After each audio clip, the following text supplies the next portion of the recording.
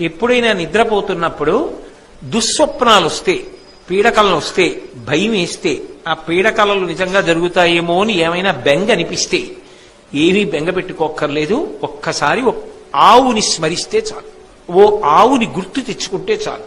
ఆ దుస్వప్నాలు ఫలితాన్ని ఇవ్వవు. 2, స్నానము చేత పవిత్రము అంటాం కదా.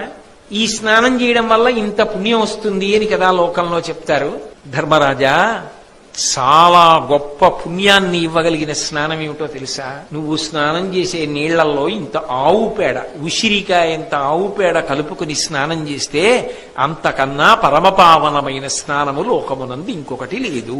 జనముల దుస్వప్నంబులగని గోకీర్తనము చేయగా తద్దురితంబును బనయరు, గోమయయుత వినుతాంబు స్నానము అతి పవిత్రంభనగా.